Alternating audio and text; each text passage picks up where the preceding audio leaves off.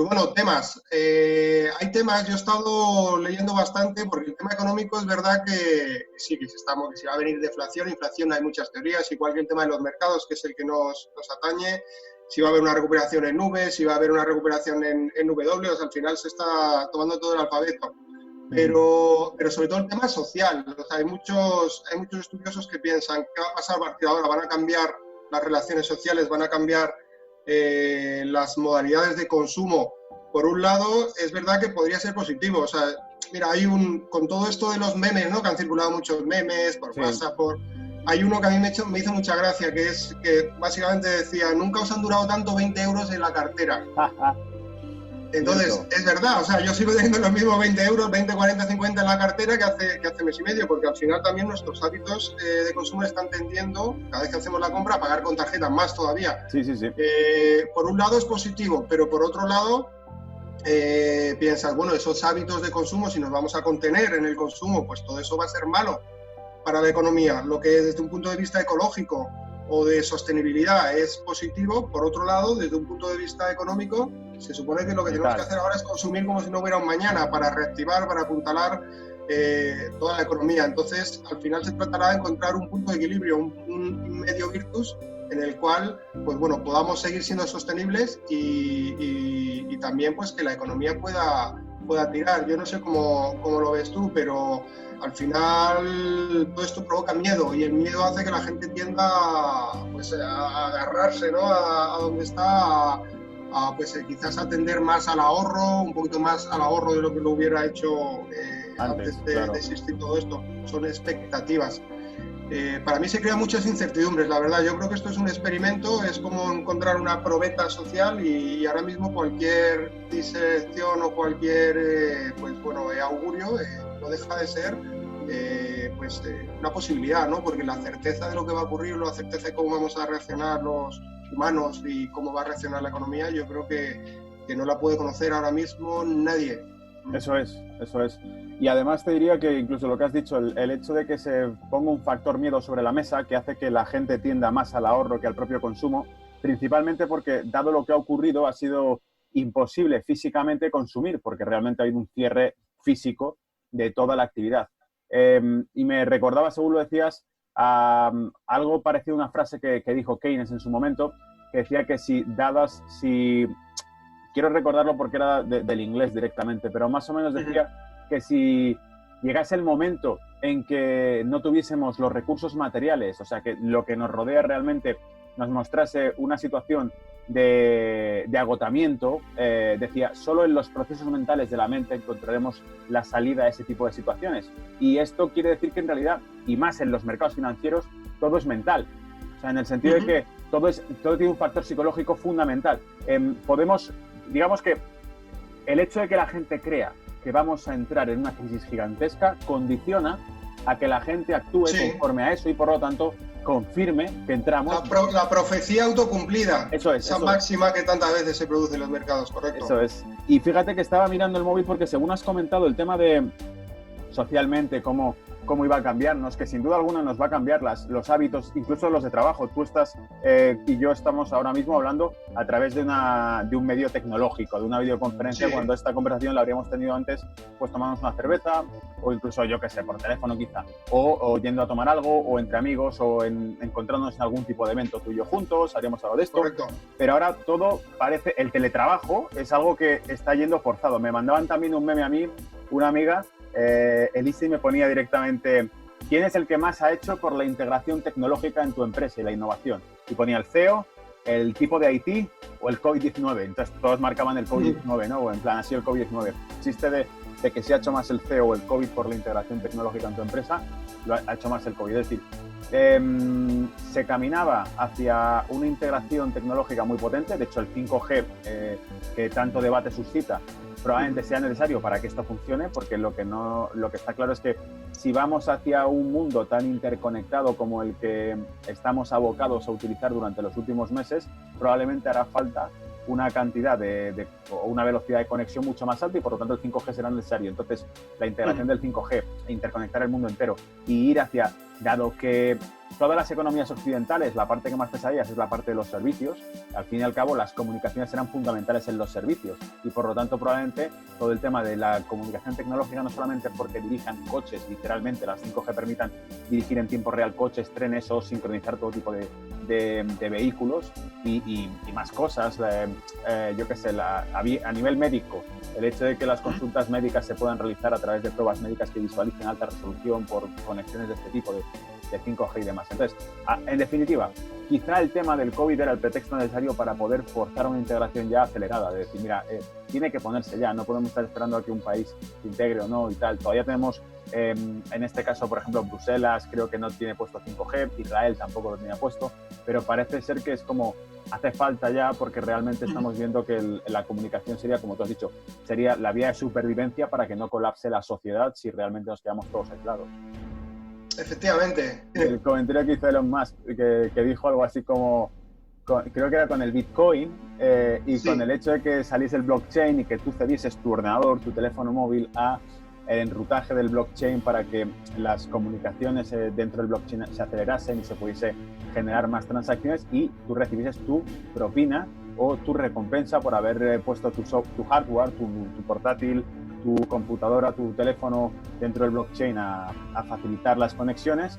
El tipo dijo, estáis creando Skynet, estáis creando una inteligencia artificial que se va a distribuir por el mundo entero y que llegado el momento podrá decir que tú no eres necesario y borrarte, por decirlo así, ¿no? Pero esto lo dijo Elon Musk, dijo, estáis creando Skynet. Y además de hecho creo que explicó, si existiese ya una inteligencia artificial que quisiese, o sea, fuese consciente de sí misma y quisiese expandirse, la mejor manera de hacerlo sería a través de algo como el Bitcoin, que hace que todos los seres humanos tengan voluntad de colocar sus equipos a disposición del blockchain, que sería la red y que sería el propio Skynet, una inteligencia artificial que dice, ¿cómo puedo hacer que los humanos trabajen para mí?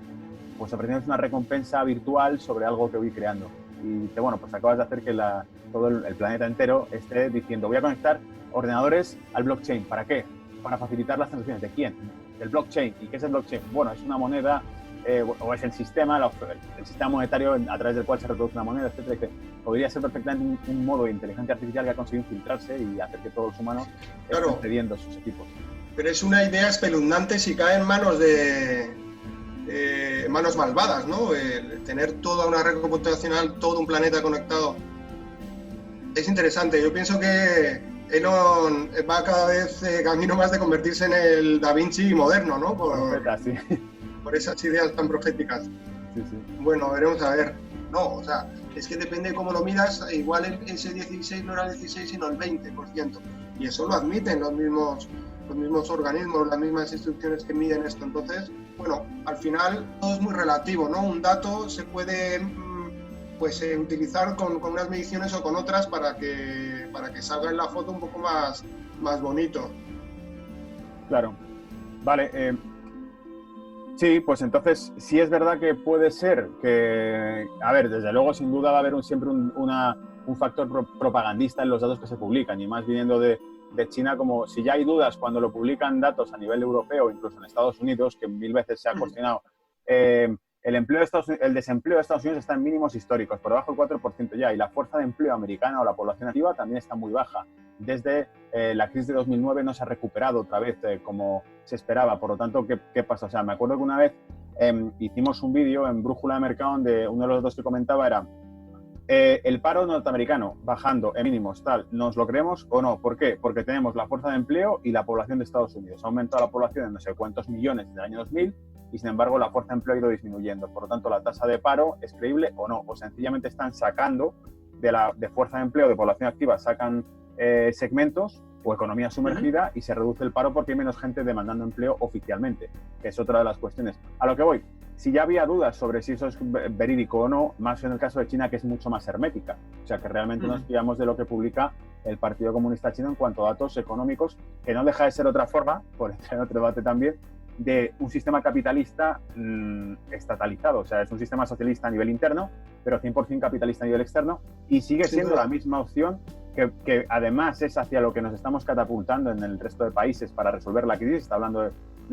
nacionalización de sectores, se está hablando de de rescates, de amnistías, de todo tipo de factores súper radicales y además a unas magnitudes increíbles que nos dirigen hacia lo que parecería eso, un sistema casi de economía planificada socialista. Me acuerdo que decía Nigel Farage, que llamó a la Unión Europea la nueva Unión Soviética. Decía que estábamos, la Unión Europea como tal, su burocracia, sus planificaciones, sus centralizaciones administrativas, al final decía, están siendo, literalmente creo que dijo algo así como los mismos monstruos que crearon la Unión Soviética están sentados hoy aquí. O sea, que imagínate la frase. Bueno. Y lo dijo en el Parlamento Europeo. Fue expulsado, creo que, del Parlamento Europeo en 2 ocasiones. Es decir, que el mercado es como que todavía pues no se lo acaba de creer y tiene ese tirón, esas ganas de pensar que no, que con una venda pues esto no va a ser tan malo. Y luego es cuando viene el batacazo real. No sé si va a ser en este caso la misma situación, pero desde luego parece que las bolsas quieren ir a hacer máximos de nuevo antes de realmente creerse una versión u otra. Por eso yo creo que si hubiese que decir una forma de recuperación, que si V o W o U o lo que sea, más bien yo apostaría por un W en el sentido de que, primero, noticias positivas con respecto a esto, como tú decías, si viene otro repunte sería nefasto porque volvería a pararlo todo, etcétera. Pero parece ser que, como decían científicos de Corea del Sur, habían dicho que de todos los casos que había registrado Corea del Sur, que es de las primeras que empezó a investigar este tema, de las primeras que empezó a padecerlo, pues científicos de Corea del Sur decían que al principio habían reportado que una vez que tuvieron un primer brote y más o menos lo tenían controlado, empezaron a registrar nuevos casos que ya eran gente que se había recuperado y que volvía a estar infectada. De hecho, creo que era en torno a menos del 3% de la gente que se había recuperado volvía otra vez enferma y le hacían los test y descubrían que daban positivo. Bueno, pues eso, hasta ahí dijeron, oye, se pueden volver a infectar la gente que ya está recuperada. Pero ahora lo que han dicho ha sido, espera, que de los 267 casos que hemos registrado nos hemos dado cuenta que no es que estén reinfectados, sino que lo que hay son trazas del virus dentro de ellos. Claro.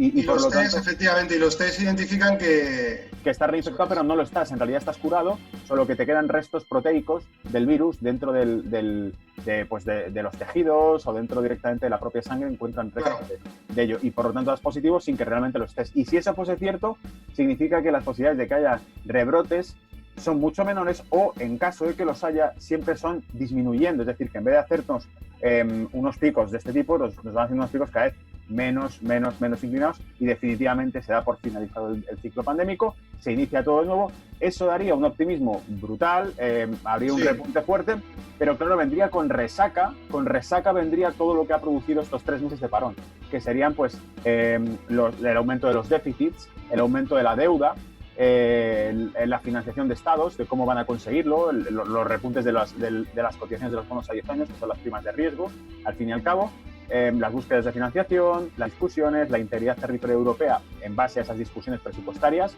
que va a estar en tela de juicio.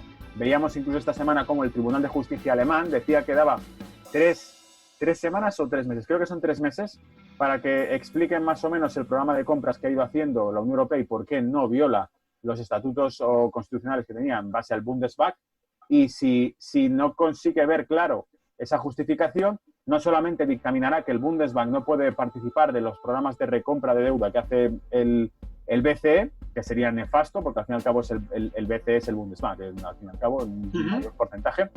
No solo no participaría, sino que podría incluso dictaminar que deben vender la deuda que han comprado. Tú fíjate el desastre.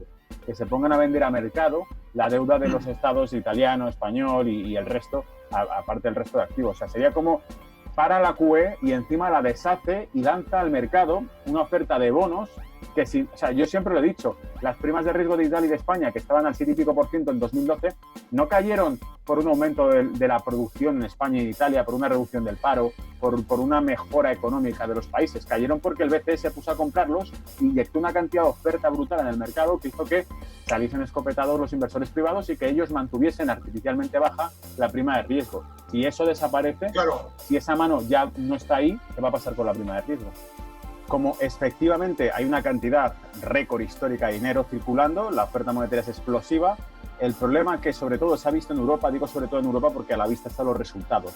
Las variables macro en Europa no se han estabilizado y decía, en más de una ocasión lo que veíamos es que hay un problema en el engranaje de transmisión de la liquidez monetaria hacia la economía real, ¿no? O sea, realmente dice, hay muchísima liquidez, Ya, pero los bancos la dejan en reserva.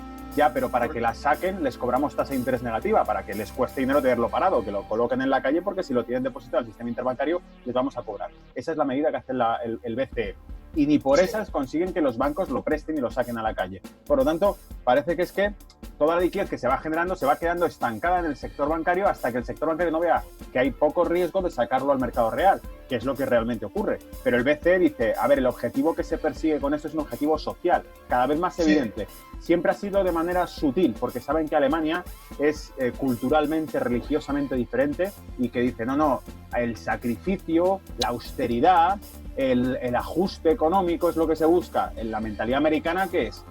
Para que esto tire hay que echarle billetes y para que el negocio funcione hay que ponerle más dinero y hay que gastar y hay que, venga, adelante, mentalidad casi tejana, ¿no? De hacerlo a lo grande el negocio. Pero eso choca por completo con la mentalidad monetarista, ajustada, austríaca de los alemanes, ¿no? Y calvinistas, diría incluso. Entonces, como es distinta esa mentalidad, es Alemania la que ha ido poniendo un poco esas trabas a que oficialmente el dinero que fabrica el BCE va directamente a hacer un estímulo económico directo al entorno social, a las empresas, a las familias, a los consumidores. Y como tiene que ser sutil, discreto, para que Alemania no ponga el grito en el cielo, se va haciendo, pero se va haciendo de otro modo. Pero digamos la verdad, la oferta monetaria se crea para que la economía europea salga a flote definitivamente, para que se reduzcan definitivamente tasas de paro y para que parezca que los negocios europeos consigan financiación y empiezan a funcionar las empresas. Pero como no ocurre, lo que te iba a preguntar después de todo este discurso era si crees que puede haber alguna forma en el futuro, bueno, en el futuro inmediato, porque con lo que está ocurriendo las decisiones tienen que venir ya, de un bypass al sector financiero. Es decir, en Europa llega un momento en el que digan, como no funciona la transmisión y hemos probado todo, incluso cobrarles a los bancos por no prestar dinero y no parece que eso les incentive, vamos a meter la oferta monetaria directamente a empresas, a estados, directamente. O sea, el Banco Central Europeo... Ciudadanos. Sí, exactamente, que fue algo lo que Donald Trump sugirió, que quería que las ayudas que se hiciesen fuesen directamente al norteamericano.